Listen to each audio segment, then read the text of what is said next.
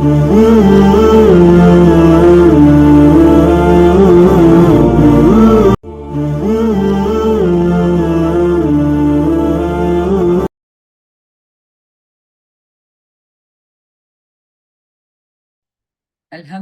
رب العالمین الصلاۃ والسلام علی محمد الامین اعوذ باللہ من الشیطان الرجیم بسم اللہ الرحمن الرحیم ربی اشرح لی صدری ویسر لی امری واحلل عقدۃ من لسانی یفقہوا قولی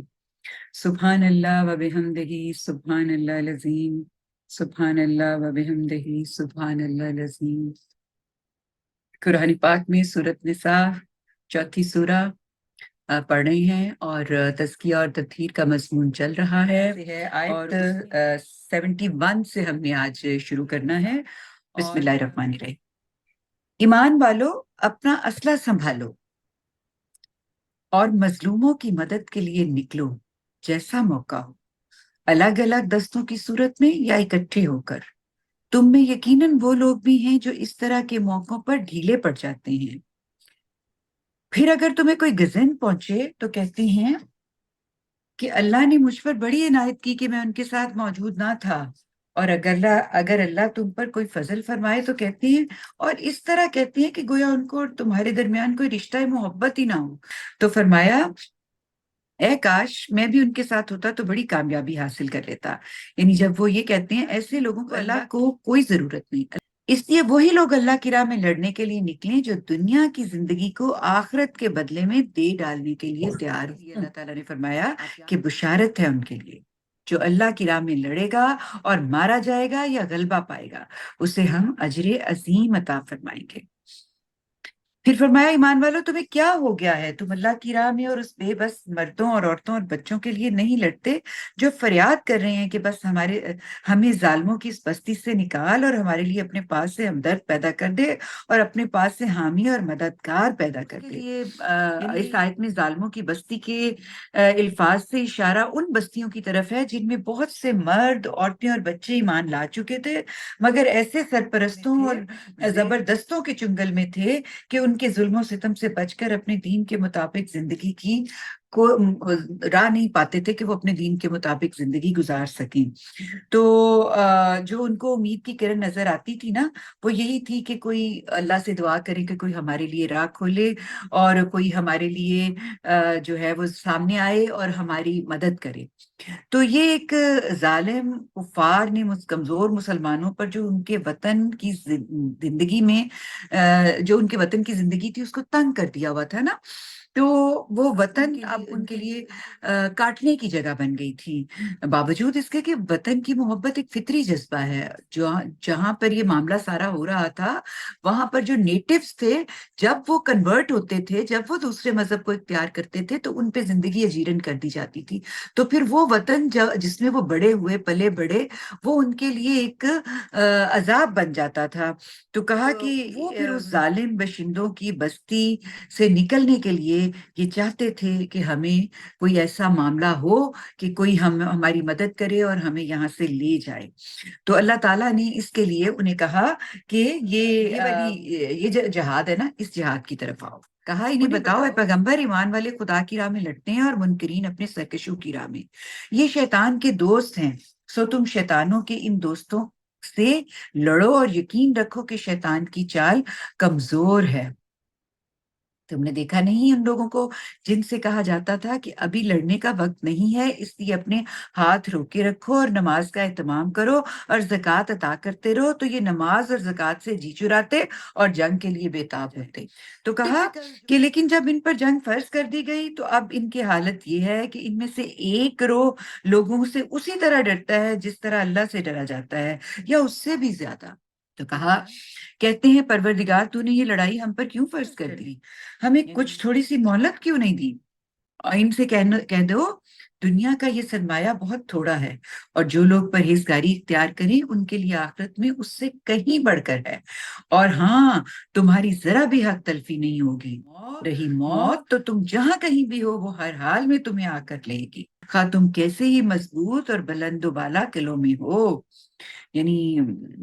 جتنا مرضی اپنے آپ کو پروٹیکٹ کر لو، یہ تو ایک سادی سی کامن سینس کی بات ہے۔ تو فرمایا زبان سے یہ تمہاری رسالت کا اقرار کرتے ہیں، اور اگر انہیں کوئی کامیابی حاصل ہوتی ہے تو کہتے ہیں یہ خدا کی طرف سے ہے، اور اگر کوئی نقصان پہنچتا ہے تو کہتے ہیں یہ تمہاری وجہ سے۔ کہہ دو ہر چیز اللہ ہی کی طرف سے ہے، اس لیے کہ جو کچھ ہوتا ہے اسی کے اذن سے ہوتا ہے۔ آخر ان لوگوں کو کیا ہو گیا ہے کہ کوئی بات سمجھنے کے لیے تیار نہیں ہوتے؟ یہ حقیقت ہے کہ تمہیں جو بھلائی بھی پہنچتی ہے اللہ کی عنایت سے پہنچتی ہے، اور جو مصیبت آتی ہے وہ تمہارے اپنے نفس کی طرف سے آتی ہے، یعنی اللہ کے اذن سے آتی ہے۔ مگر یعنی یہ جو آپ کو تکلیف پہنچتی ہے اس میں بھی اللہ کا اذن تو ہوتا ہے، اجازت تو ہوتی ہے اللہ کی، تو وہ ہو پاتی ہے نا، تو ہوتی اللہ کی اجازت سے ہے، لیکن نفس کی کسی غلطی کی وجہ سے یا اس کی کمزوری دور کرنے کے لیے آتی ہے، یا اس لیے آتی ہے کہ طبیعت کے اندر جو خیر و شر دبا ہوا ہے نا وہ ابھر کے سامنے آ جائے۔ یعنی اگر آپ کو کوئی مشکل آتی ہے، پریشانی آتی ہے، بیماری آتی ہے، تنگی آتی ہے، کوئی ایکسیڈنٹ ہوتا ہے، کوئی پریشانی ایسی جو آپ کو ہلا دیتی ہے، تو اس کا بڑا مقصد ہوتا ہے، یہ اللہ اس کو ہونے کی اجازت دیتا ہے، تو یہ ہو پاتی ہے۔ اور جب یہ ہو پاتی ہے تو پھر کیا ہوتا ہے؟ پھر آپ کے اندر کی دنیا یا تو بدل کے خیر اور شر میں جو اٹی پٹی جڑی پڑی ہوتی ہے وہ علیحدہ علیحدہ ہو جاتی ہے، کہ آپ کو سمجھ آ جاتی ہے کہ یہ میری غلطی تھی، آئندہ میں نے یہ نہیں کرنا، یہ میری غلطی ہے جس پہ اللہ نے مجھے متنبہ کیا ہے، یہ بات ہے اس کو ٹھیک کرنے کی ضرورت ہے، یہ جو ہے یہ میرے اندر ایک نفس کی خواہشیں، غلط سی علائشیں مجھے گھیرے ہوئے ہیں، مجھے ان سے نکلنا ہے۔ تو یہ موقع اگر آپ کو مل جاتا ہے تو پھر ظاہر ہے کہ یہ اللہ نے آپ کو ایک خاص اذن کے تحت تکلیف جو آپ کے نفس کی وجہ سے آئی تھی اس کو ہونے دیا۔ بعض دفعہ ایسا ہوتا ہے کہ آپ کا نفس بہت غلط کر رہا ہوتا ہے اور اللہ آپ کو بالکل تکلیف نہیں ہونے دیتا اور آپ کو ہونے دیتا ہے جو آپ کرنا چاہتے ہیں، تو یہ آپ کی رسی دراز ہو جاتی ہے، تو یہ بھی ایک بڑا نقصان والا معاملہ ہوتا ہے، تو اللہ اپنے اذن سے ہونے دیتا ہے۔ تو کہا کہ ان کی اصل بیماری یہ ہے کہ یہ تمہاری رسالت کے بارے میں متردد ہیں، یعنی ان کو اس کے حوالے سے شک و شبہ ہے کہ تم رسول ہو اللہ کے۔ تو کہا ان کی پرواہ نہ کرو، ہم نے تمہیں لوگوں کے لیے رسول بنا کے بھیجا ہے اور ان کے لیے اللہ کی گواہی کافی ہے، یعنی وہ تم رسول ہو اور اس کی گواہی اللہ دے رہے ہیں، اور یہ گواہی بہت بڑی ہے، یہ اگر نہیں مانتے تو ان کی حالت پہ رہنے دو۔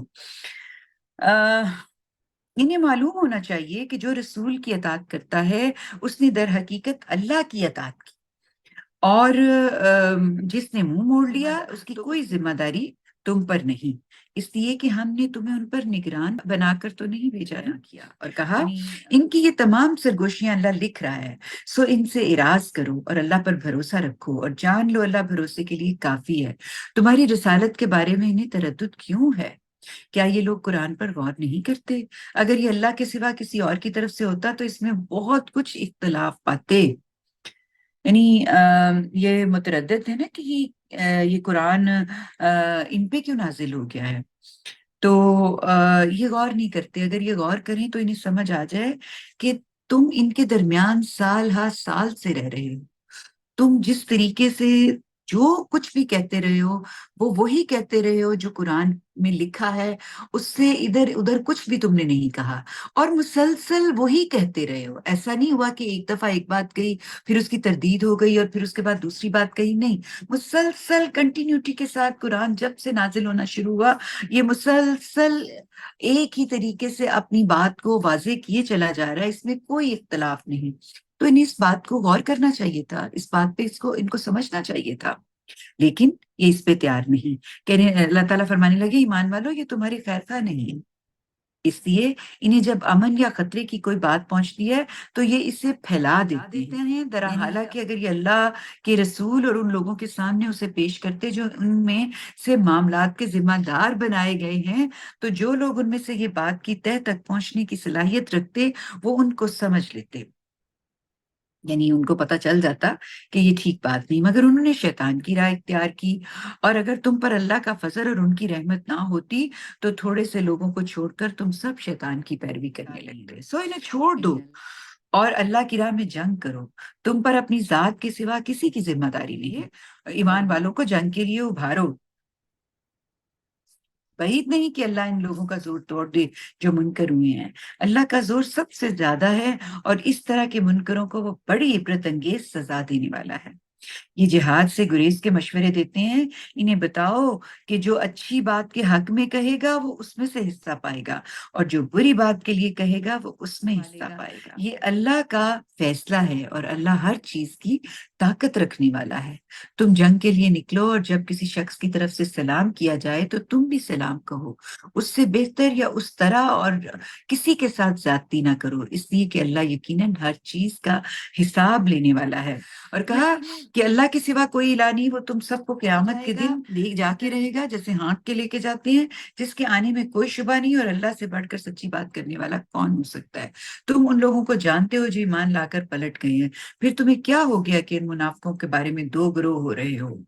اللہ نے تو ان کے کیے کی پاداش میں انہیں الٹا پھیر دیا ہے۔ کیا تم انہیں ہدایت دینا چاہتے ہو جنہیں اللہ نے اپنے قانون کے مطابق گمراہ کر دیا ہے؟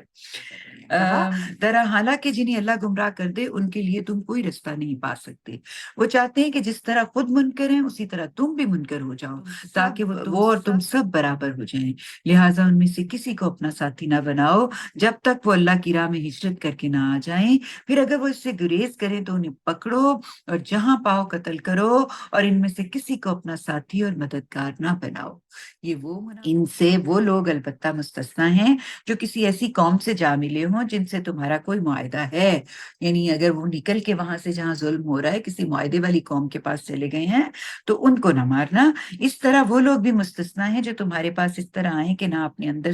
تم سے لڑنے کی ہمت پاتے ہو نہ اپنی قوم سے، یعنی وہ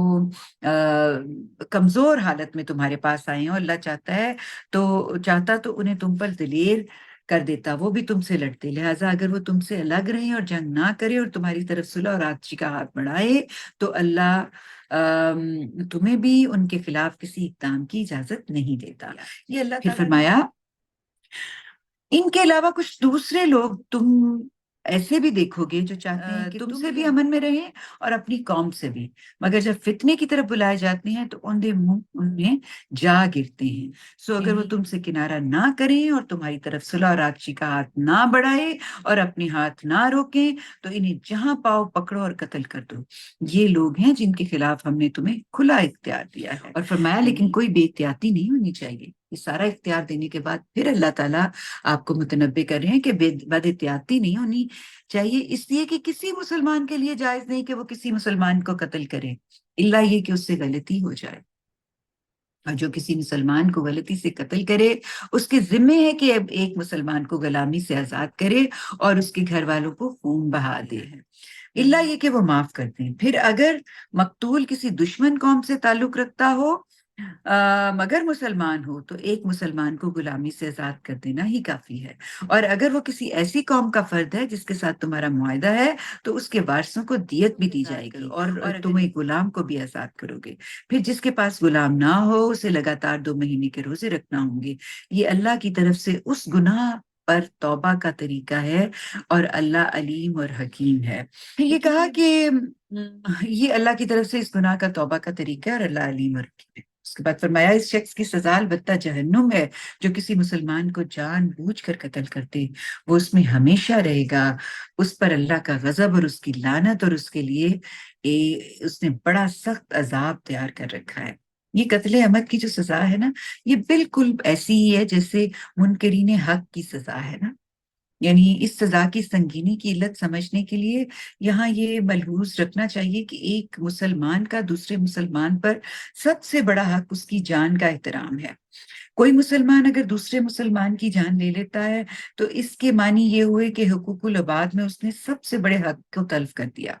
جس کی تلافی اور اصلاح کی اب کوئی شکل باقی نہیں، اس لیے کہ جس شخص کے حق کو اس نے تلف کیا وہ دنیا سے رخصت ہو چکا، اور حقوق العباد کی اصلاح کے لیے تلافی ہونا ضروری ہے۔ پھر اس کا ایک اور پہلو بھی اہم ہے، وہ یہ کہ ایک ایسے مسلمان کے قتل کا معاملہ ہے جو دارالکفر اور دارالحرب میں گھرے ہوئے ہیں، ہونے کی وجہ سے اسلامی شریعت کو ان کو تحفظ بھی حاصل نہیں ہے۔ جو ایک مسلمان کو حاصل ہوتا ہے اپنے دین اور اپنے نفس کے معاملے میں، اس کو اگر کسی سے خیر کی امید ہو سکتی تھی تو وہ مسلمانوں سے ہی ہو سکتی تھی۔ اب اگر کوئی مسلمان ہی اس کو قتل کر دے اور وہ بھی آمدن، اور ایسی جگہ پر جہاں اس کو اسلامی قانون کی حفاظت بھی حاصل نہیں، تو ظاہر ہے کہ نہ ایسے مقتول سے بڑھ کر کوئی مظلوم ہو سکتا ہے، اور نہ ایسے قاتل سے بڑھ کے کوئی ظالم ہو سکتا ہے۔ تو اس کی سزا پھر اللہ تعالیٰ نے وہی رکھی جو بدترین منکر حق کی ہوتی ہے۔ تو کہا کہ ان کے لیے پھر بڑا سخت عذاب تیار ہے۔ اس کے بعد فرمایا، ایمان والو، جب تم اللہ کی راہ میں اس جنگ کے لیے نکلو تو کسی کام سے پہلے تحقیق کر لیا کرو، اور جو تمہیں سلام کرے اسے یہ نہ کہا کرو کہ تم مسلمان نہیں ہو۔ کہ ایمان والو، جب تم اللہ کی راہ میں اس جنگ کے لیے نکلو تو کسی اقدام سے پہلے تحقیق کر لیا کرو،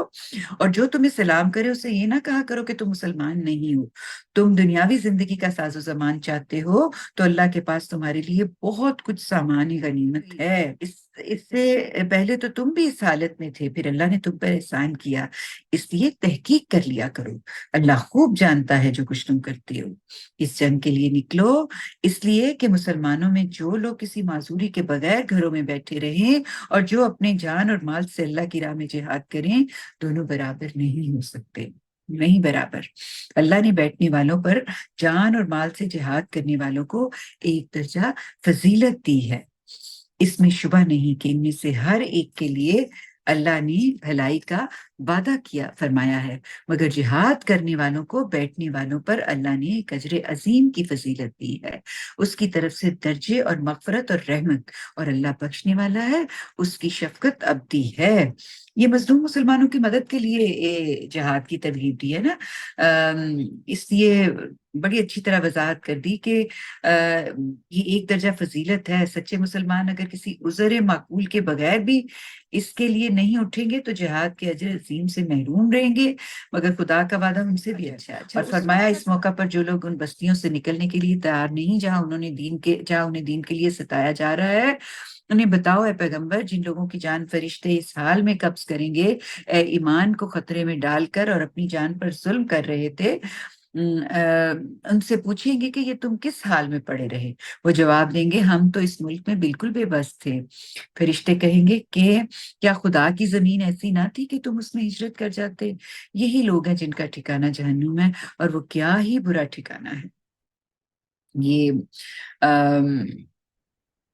یہ وعید ہے نا، اس لیے کہ اللہ تعالیٰ کی طرف سے ہجرت کے مطالبے کے باوجود یہ لوگ محض اپنے مفادات کی خاطر وہیں بہانے تلاش کے بیٹھے رہے، گویا ایک طرف کی منافقت میں مبتلا تھے۔ چنانچہ انہیں یہاں اور پیچھے بھی منافق کہا گیا ہے، اور ان کو فیوچر کی بات بتائی ہے۔ وہ کہتے ہیں نا، وہ اپنی جان پر ظلم ڈھا رہے تھے۔ اپنی جان پر ظلم کیا کر رہے تھے؟ کہ ہجرت کی استطاعت کے باوجود دارالکفر میں بیٹھے رہے، تو اس کو اللہ تعالیٰ نے سخت ناپسند کیا ہے، اور ان پہ بتایا ہے کہ ان کا انجام کیا ہی برا ٹھکانہ ہے۔ ہاں، وہ مرد، عورتیں اور بچے فی الواقع بے بس ہیں اور نہ کوئی تدبیر کر سکتے ہیں، نہ راستہ پاتے ہیں۔ ان کے لیے توقع ہے اللہ ان سے درگزر فرمائے، بے شک اللہ معاف کرنے والا اور درگزر فرمانے والا ہے۔ یہ لوگ گھروں سے نکلیں اور مطمئن رہیں کہ جو اللہ کی راہ میں ہجرت کرے گا وہ زمین میں پناہ کے لیے بڑا ٹھکانے اور بڑی گنجائش پائے گا، اور جو اپنے گھر سے اللہ اور رسول کی طرف ہجرت کے لیے نکلے پھر اسے موت آ جائے تو اس کا اجر اللہ کے ذمہ واجب ہو گیا۔ اللہ بخشنے والا ہے، اس کی شفقت ابدی ہے۔